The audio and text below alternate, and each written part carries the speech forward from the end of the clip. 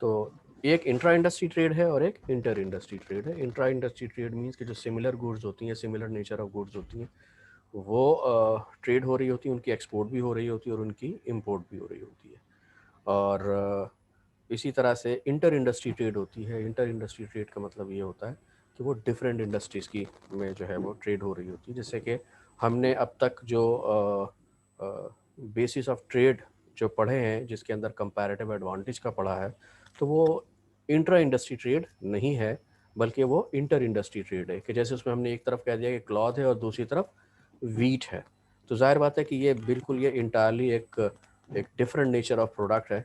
तो इस वजह से हम उसको इंटर इंडस्ट्री कहेंगे, this is not intra industry trade. हाँ, अगर जो है क्लॉथ के बदले क्लॉथ जो है वो ट्रेड हो रही होती तो हम उसको इंट्रा इंडस्ट्री ट्रेड कह रहे होते हैं। इंट्रा इंडस्ट्री ट्रेड जो है इसके ऊपर अच्छा खासा काम किया हुआ है लोगों ने, लेकिन पाकिस्तान के अंदर इतना ज़्यादा इस पे काम जो है वो नहीं हुआ हुआ।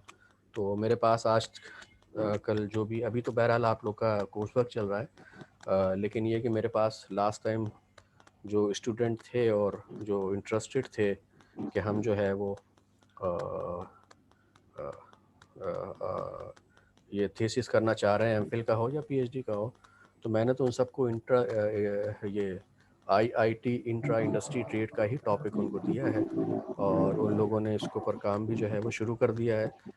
But there are still room, और इसमें बहुत ज़्यादा काम करने की जो है वो गुंजाइश अभी भी बाकी है। थोड़ा सा भी हम आपको उसमें बताएंगे कि इंट्रा इंडस्ट्री ट्रेड का, लेकिन यहाँ पर हम जो इंट्रा इंडस्ट्री ट्रेड या इंटर इंडस्ट्री ट्रेड की बात करेंगे, वो सिर्फ किस बुनियाद के ऊपर करेंगे, वो थ्योरी के ऊपर बयान करेंगे। और हम ये कहेंगे कि नहीं जनाब, कि जो बिल्कुल सिमिलर नेचर ऑफ गुड्स होती है उसी की ट्रेड हो रही होती है, हम उसको इंट्रा इंडस्ट्री ट्रेड कह रहे होते हैं। ये सिमिलैरिटी किस तरह से होती है, इस सिमिलैरिटी को थोड़ा सा हमें दोबारा जो है माइक्रो इकोनॉमिक्स में जानना पड़ेगा।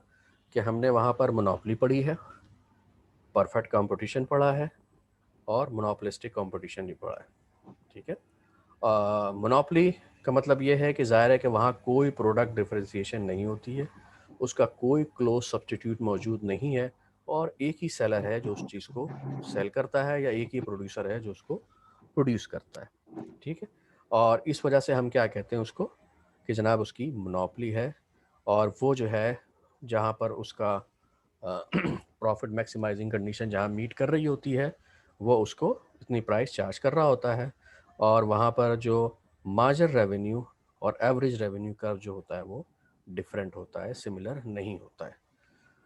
अच्छा, एक तरफ परफेक्ट कंपटीशन आ जाते हैं, उसमें तो हम कहते हैं कि जनाब कि यहाँ पर जितनी प्रोडक्ट्स हैं सब होमोजेनस हैं। अच्छा, ये दोनों इस तरह की चीज़ें हैं कि जनाब इंटायरली होमोजेनस प्रोडक्ट और कंप्लीट मोनोपोली ये दुनिया में कहीं नहीं होती। These are two extremes. जो रियल इकोनॉमी के अंदर जो चीज़ वर्क करती है, मोनोपोलिस्टिक कंपटीशन कर रही होती है, कि जिसके अंदर उसकी मोनोपोली भी होती है और उसके अंदर कंपटीशन भी होता है। जैसे कि एग्जांपल क्या है, कि मैं गाड़ियों की मिसाल देता हूँ, क्योंकि हमारे पास जो अभी एग्जांपल चल रही है शुरू से, वो यूएस की मार्केट की ऑटोमोबाइल की ही एग्जांपल चल रही है। तो चलें मैं यहाँ पर पाकिस्तान की ही मिसाल आपको थोड़ा सा दे देता हूँ, कि जनाब हमने ये कह दिया कि गाड़ियाँ बहुत सारी हैं, राइट। अब उसमें से ये है कि कंपटीशन इस तरह से है कि एक से ज़्यादा फर्म्स हैं, फ्री एंट्री है, फ्री एग्जिट है, जो चाहे आके यहाँ पे कर सकता है, जो चाहे नहीं कर सकता। सबके लिए एंट्री और एग्जिट के लिए जो पैरामीटर्स रखे गए हैं, जो कंडीशंस रखी गई हैं, वो बिल्कुल सिमिलर हैं, और जो इसके अंदर कोई डिफरेंस मौजूद नहीं है। मोनोपोली किस तरह से है? मोनोपोली इस तरह से है कि अगर सुजुकी जो है वो एक बड़ी गाड़ियों के अंदर जनाब एक सुजुकी सियाज बना रही है, तो टोयोटा जो है वही चीज़ नहीं बनाएगी, सियाज के नाम से नहीं बनाएगी, बल्कि टोयोटा के पास कोई दूसरी होगी, करोला के नाम से बन रही होगी। इसी तरह से जो होंडा है वो सिटी के नाम से बना रही होगी। जो फ़र्क आएगा उसके अंदर प्रोडक्ट डिफरेंशिएशन का, कि same kind of product what but with some differentiation in the quality, और जो भी है कलर कह लें, पैकेजिंग कह लें, या फिर और भी दूसरी चीज़ें हैं जो कि हो सकती हैं थोड़ी सी, लेकिन हर किसी का जो सर्विसेज जो उससे मिलेगी वो आपको सिमिलर मिल रही होगी, लेकिन थोड़े से फ़र्क के साथ। ठीक है ना। तो ये एक चीज़ है जिसकी वजह से हम कहेंगे कि नहीं जनाब के टोयोटा टोयोटा ही रहेगी, होंडा होंडा ही रहेगी, कोई दूसरी चीज़ होंडा के नाम से नहीं बनेगी। तो ये चीज़ एक मोनोपोली हो गई। तो इस वजह से हम इसको क्या कह रहे होते हैं, मोनोपोलिस्टिक कंपटीशन कह रहे होते हैं। और मोनोपोलिस्टिक कंपटीशन के अंदर ही जो है इंट्रा इंडस्ट्री ट्रेड चल रही होती है। किस तरह से कि पाकिस्तान के अंदर ऑटोमोबाइल में पाकिस्तान जो है वो जो गाड़ियां हैं, जो फोर व्हीलर्स हैं, वो तो एक्सपोर्ट नहीं करता, इंपोर्ट करता है। लेकिन मोटरसाइकिल एक्सपोर्ट करता है और इसके अलावा जो ट्रैक्टर है वो एक्सपोर्ट कर रहा होता है। तो अब ये दो मोटरसाइकिल्स हो गई या ट्रैक्टर्स हो गए, ये दो एक ऐसी चीज़ें हैं कि जिसको पाकिस्तान एक्सपोर्ट भी करता है और पाकिस्तान इंपोर्ट भी कर रहा होता है।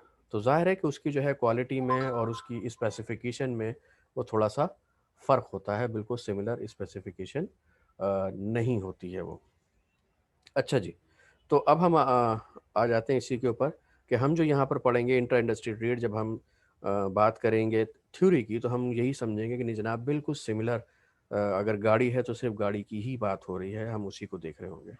और लेकिन अब जब हम रियल वर्ल्ड के अंदर आते हैं, जब पॉलिसी मेकिंग हो रही होती है, तो उसमें हम देख रहे होते हैं कि जनाब जो इंट्रा इंडस्ट्री ट्रेड है, एक वर्टिकल इंट्रा इंडस्ट्री ट्रेड होती है और एक हॉरिजेंटल इंट्रा इंडस्ट्री ट्रेड होती है।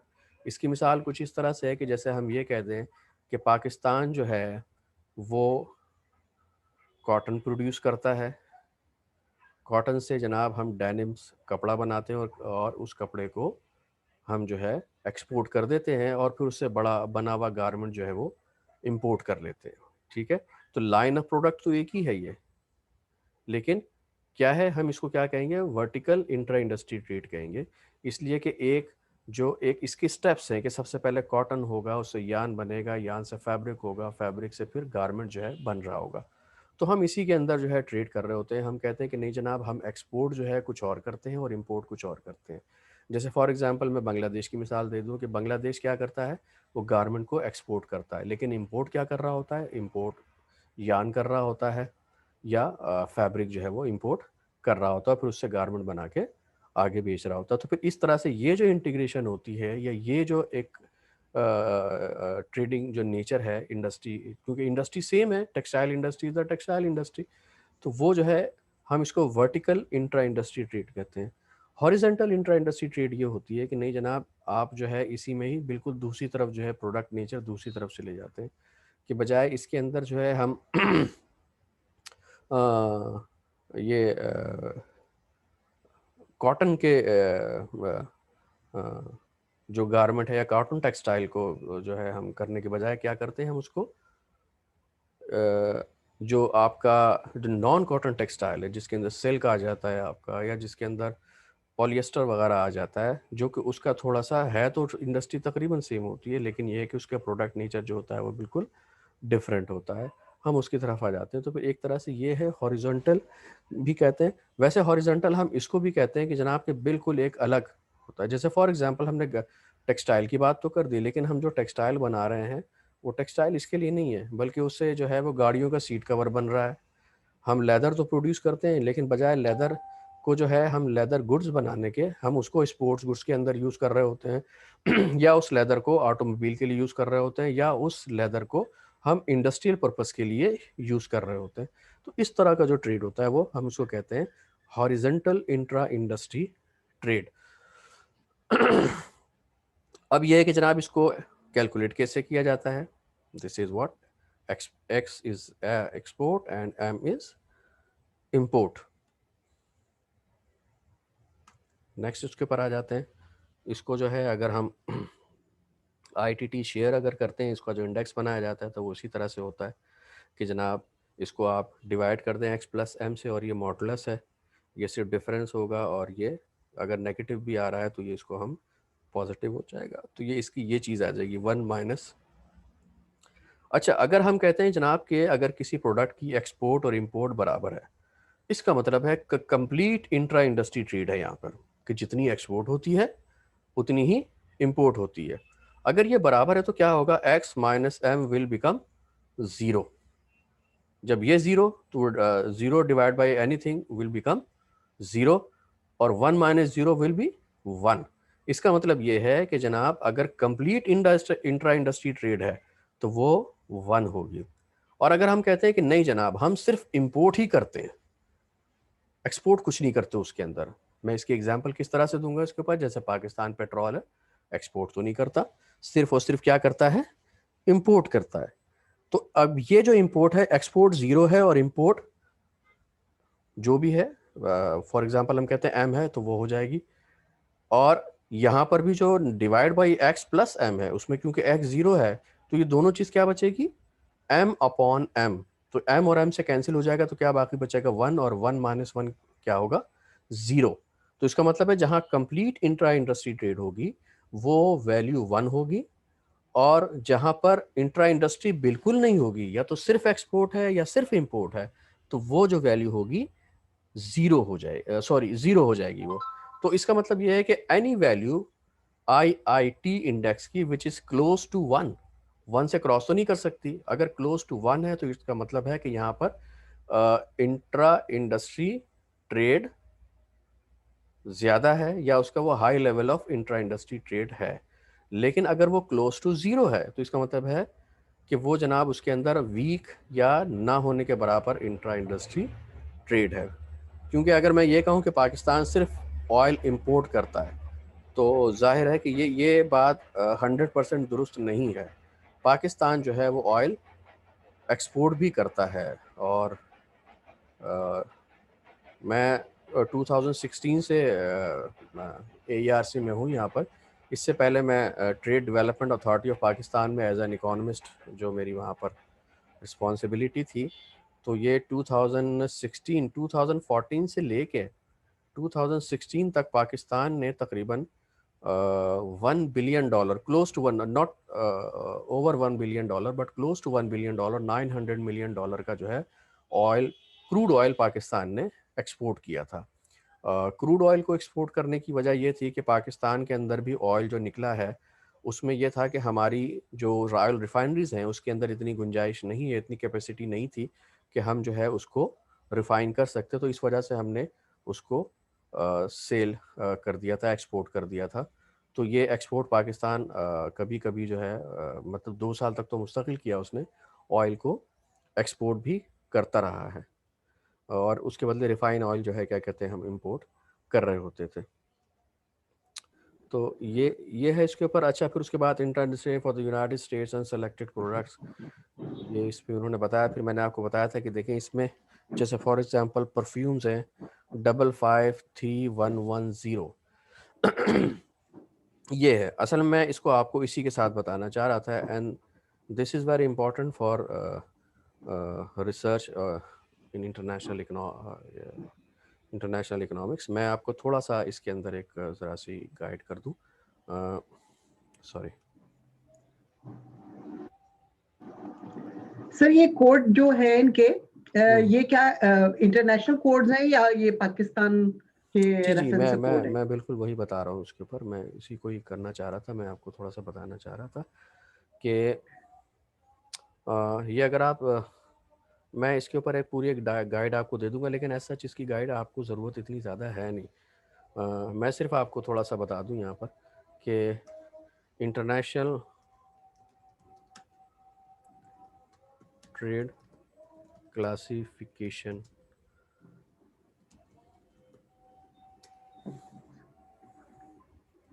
ये अगर हम आ जाएंगे तो देखिए इसमें डिफरेंट जो है वो हो रही होती हैं।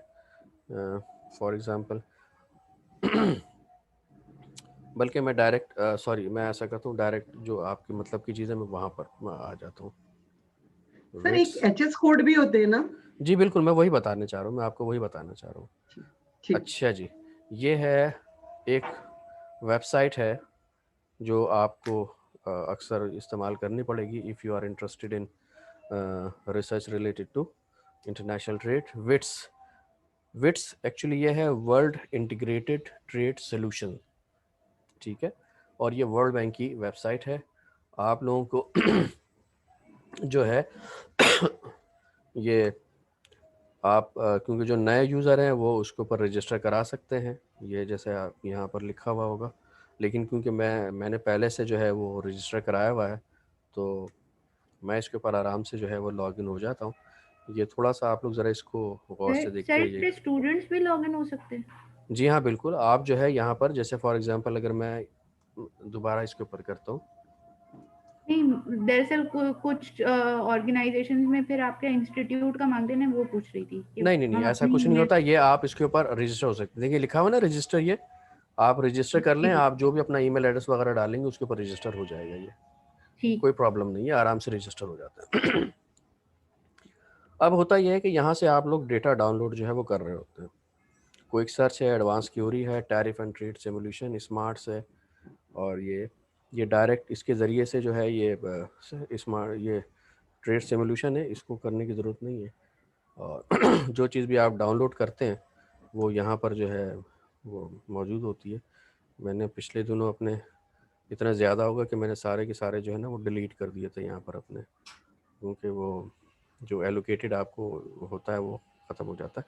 अच्छा, इसमें मैं बता दूं आपको, जैसे फॉर एग्जांपल मैं कहता हूँ जनाब के पाकिस्तान की इंपोर्ट और एक्सपोर्ट जो है आपको दोनों चाहिए, ठीक है। तो हमने कह दिया जनाब के ट्रेड डेटा चाहिए हमें, टैरिफ एंड ट्रेड एनालिसिस है, ये सारा का सारा है आपका, ग्लोबल वैल्यू चेन है, बल्क ट्रेन से डेटा है, बल्क डाउनलोड है। हम चाहते हैं इसके ऊपर ट्रेड डेटा, ठीक है। ये होता है जनाब ट्रेड डेटा। अब मैंने कह दिया जनाब क्यूरी नेम कुछ भी रख देता हूँ मैं, सही है। मैंने रख दिया Q5, राइट, और इसका नाम भी कर दिया मैंने Q5। प्रोसीड किया आगे इसको, ये आपका क्यूरी नेम आ गया। रिपोर्टर्स, देखिए ट्रेड डेटा के अंदर सबसे ज़्यादा जो है ये रिपोर्टर बहुत इंपॉर्टेंस रखते हैं। फॉर एग्जांपल कि पाकिस्तान की जो इंडिया को एक्सपोर्ट है, it must be equal to the Indian imports from Pakistan, क्योंकि एक की एक्सपोर्ट दूसरे की इंपोर्ट होती है, सही। लेकिन ये कभी दोनों आपस में बराबर नहीं होंगी, टाइम ड्यूरेशन का फ़र्क होता है। प्लस ये है कि जनाब हम जो यहाँ से भेज रहे होते हैं कोई चीज़, तो एक्सपोर्ट की वैल्यू जो है FOB, फ्री ऑन बोर्ड के ऊपर जो है वो वैल्यू असेस की जाती है। जो चीज़ इंपोर्ट होती है वो CNF कहला रही होती है, cost of freight and transportation included, वो उसके साथ किया जा रहा होता है। तो जाहिर बात है कि इंपोर्ट की वैल्यू जो होगी वो हमेशा एक्सपोर्ट की वैल्यू से थोड़ी सी ज़्यादा होती है, ठीक है। अच्छा जी, फॉर एग्जांपल देखें यहाँ सारे मुल्क जो है वो लिखे हुए हैं, मैं कुछ भी कर सकता था। अब जैसे ये है कि फॉर एग्जांपल मुझे पाकिस्तान लेना है, तो ये पाकिस्तान आ गया यहाँ पर, ठीक है। ये पाकिस्तान को हमने सेलेक्ट कर लिया, देन वे प्रोसीड। फिर हम आ जाते हैं प्रोडक्ट्स के ऊपर। असल में मैं यहाँ पर आपको बताना चाह रहा था कि जनाब की नॉमेनक्लेचर क्या होता है और क्या नहीं होता है। अब इसमें आप देखें कि यहाँ पर क्या लिखा हुआ है, select nomenclature, broad economic category, GTAP एक अलग डेटाबेस होता है, इसको छोड़ दें। इंटरनेशनल स्टैंडर्ड इंडस्ट्रियल क्लासिफिकेशन, ये ISIC, ये इंडस्ट्रियल क्लासिफिकेशन थोड़ी सी डिफरेंट होती है किससे, ट्रेड क्लासिफिकेशन से, राइट। फिर उसके बाद ये है MNT, ये मुझे इनके बारे में सही से नहीं पता ये क्या चीज़ें हैं। ये स्टैंडर्ड इंडस्ट्रियल क्लासिफिकेशन है, और ये है standard international trade classification, revision 1, revision 2, revision 3, revision 4, ये सारा जो है इसके ऊपर आ रहा होता है। फिर उसके बाद होती है ये HS कोड।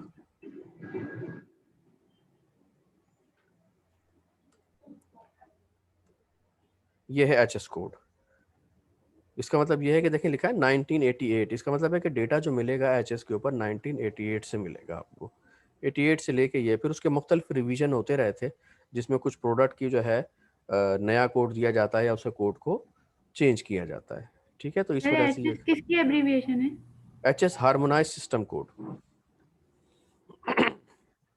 सर ये 1988 से इट मींस कि इससे पहले एचएस कोड नहीं दिए गए थे, अलॉट नहीं हुए थे हाँ, ये और इससे पहले का कुछ। डेटा भी नहीं होगा।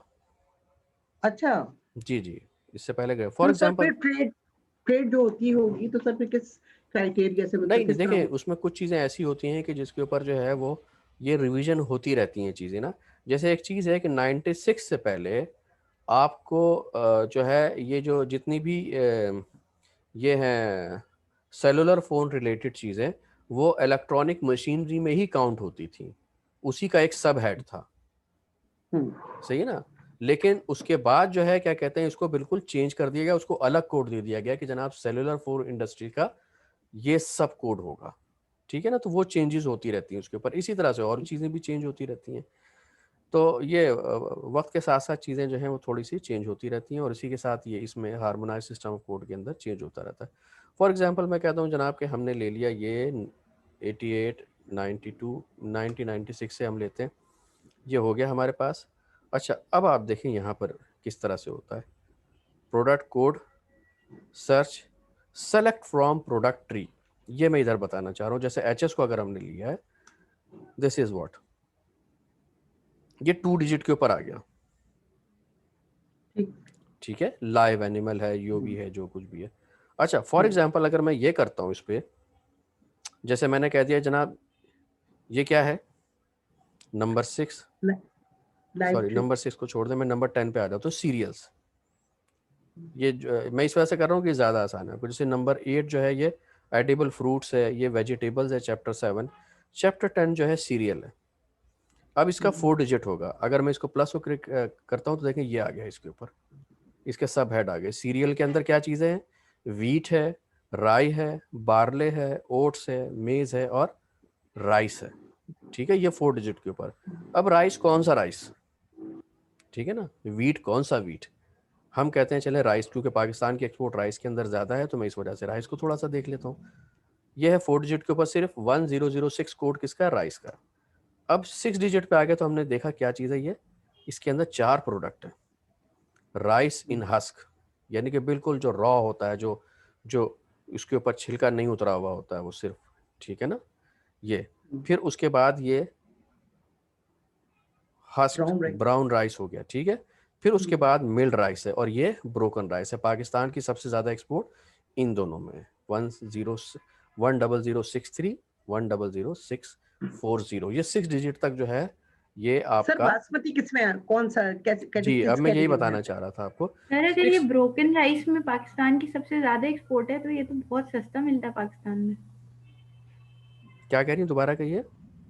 सर जो ब्रोकन राइस, अगर मैं सही समझ रही हूँ, जो टूटा चावल होता है, बिल्कुल, ये वही है।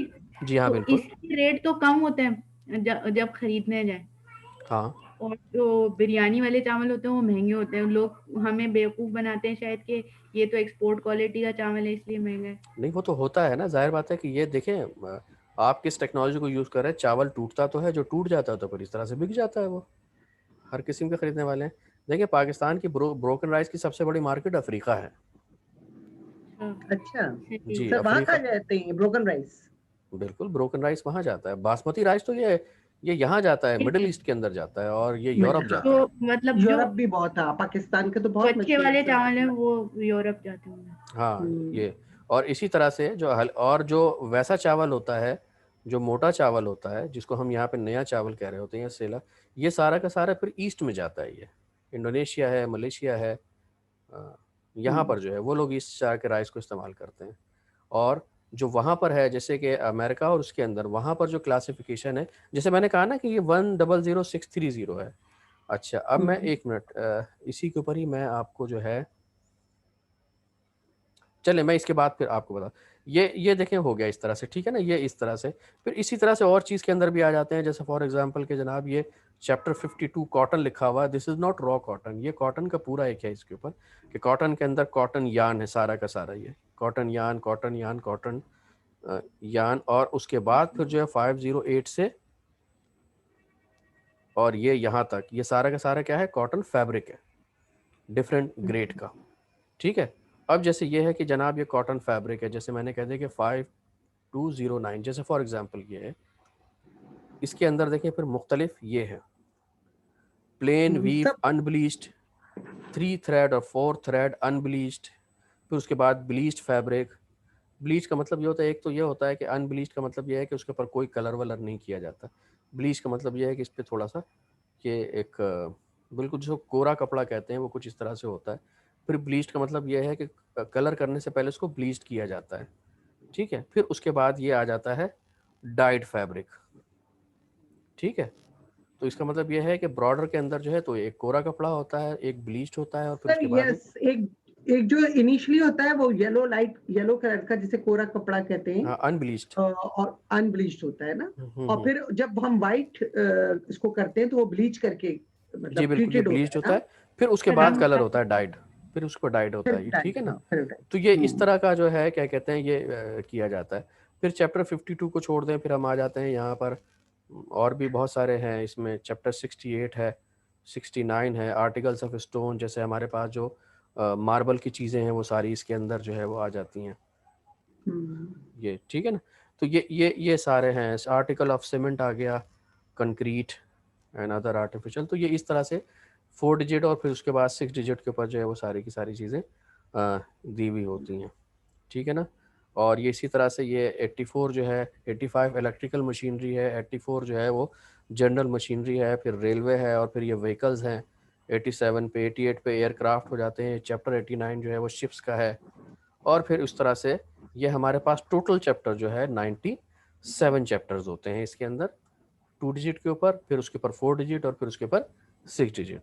सर तो इसके अंदर इंपोर्ट्स भी कंबाइंड है और एक्सपोर्ट्स भी इस वाली अभी वो कर रहे हैं आगे, अभी कर रहे हैं। अभी तो देखें, पहला हमने क्या किया था, रिपोर्टर सेलेक्ट किया, ठीक पहले है यही किया था ना, जी रिपोर्टर सेलेक्ट किया था। पाकिस्तान को हमने कहा ये रिपोर्टर है, ठीक है। जी अच्छा, अब आ जाती है यहाँ पर क्लस्टर इन्होंने दिया हुआ, मैं इसको इस तरह से ले लेता हूँ। हेडिंग 4 डिजिट, मतलब अगर मैं कह दूं कि 4 डिजिट के ऊपर, तो सारे 4 डिजिट की ये कैलकुलेट कर देगा, ठीक है। 6 डिजिट तो बहुत ही हो जाएगा इसके ऊपर, मैं थोड़ा सा करने की, चले मैं 4 डिजिट कर लेता हूँ। इसको हमने सेलेक्ट किया, प्रोसीड कर दिया आगे इसको, ठीक है, ये चीज़ आ गई। अब उसके बाद पार्टनर, अब हमें पार्टनर कौन सा सेलेक्ट करने हैं, ये इसके ऊपर, या तो एक एक कंट्री को सेलेक्ट करना है इंडिविजुअली, या फिर हम चाहते हैं कि वर्ल्ड को सेलेक्ट करें। ये थोड़ा सा अभी ये ज़रा इंटरनेट स्लो। फिर उसके बाद देखें, फिर ये आपको ईयर्स सेलेक्ट करने होंगे। ट्रेड फ्लोज में आपको देखना होगा इंपोर्ट करना है या एक्सपोर्ट करना है या दोनों करना है। ये इस तरह से जो है क्या कहते हैं हम कर रहे होते हैं। मैं सिर्फ आपको कैलकुलेट करके बता रहा हूँ उसके ऊपर के डेटा। हमने कह दिया हम वर्ल्ड को कर लेते हैं, कंट्रीज को अभी हम नहीं कर रहे, अभी हम वर्ल्ड को कर रहे हैं, ठीक है। पाकिस्तान की वर्ल्ड एक्सपोर्ट और पाकिस्तान की वर्ल्ड से इम्पोर्ट। ईयर्स,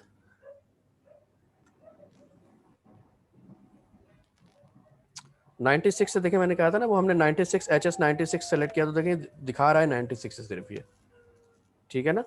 मैंने कह दिया कि चलो ठीक है, हम 2019 2020 तो अभी ख़त्म हुआ, डेटा होगा ही नहीं उसका, हमने इसको ले लिया यहाँ से, 10 साल का डेटा ले लिया मैंने सेलेक्ट करके, और यहाँ कर दिया इसको, ठीक है ना। तो इसको आगे प्रोसीड कर दिया।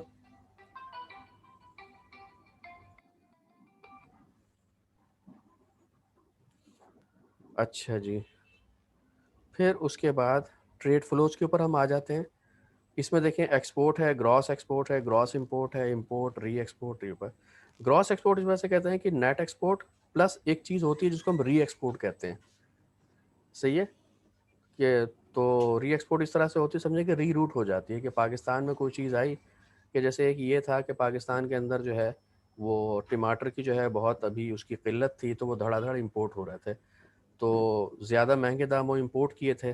लेकिन हुआ ये कि आपकी डोमेस्टिक जो है क्या कहते हैं क्रॉप आ गई, तो अब वो सस्ती बिक रही है, तो फिर लोग क्या करते हैं, इसको यहीं से उठा के किसी दूसरे मुल्क को एक्सपोर्ट कर देते हैं, तो वो री एक्सपोर्ट कहला रहा होता है, ठीक है। तो हमने कह दिया कि जनाब कि एक्सपोर्ट ले लेते हैं, और क्योंकि इंटर IIT के लिए एक्सपोर्ट इंपोर्ट